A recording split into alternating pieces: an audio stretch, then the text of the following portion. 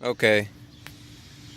Variable valve time solenoids for, this is for the 3.0.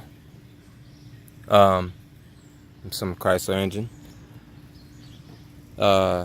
This particular vehicle is the 2010 Buick Lacrosse 3.0, the CXL. Variable valve time solenoids. You have to remove the engine mount and bracket to get to it under the radiator hose. Locations are, come down. Here's one. Well, I disconnected already. There's one, and then there's one right here. Boom, boom. Two of them right here. These are the exhausts. It's 4 of them for this engine. So here's the exhaust, showing you where it's at. Coming straight down.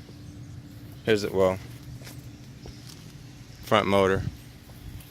Here's the side. Come straight on down. Right here.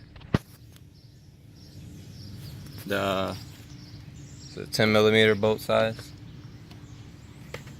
Yep, 10mm. And the other for the intake, right there. Right here and right there.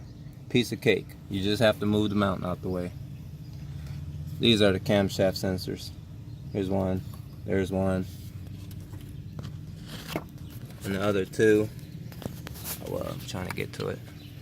Oh, well. Here's one. And the other one. Right there.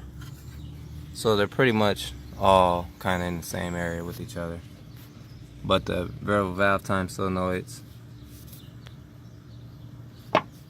both of them, right here and right here, both of these parts. This one, this one.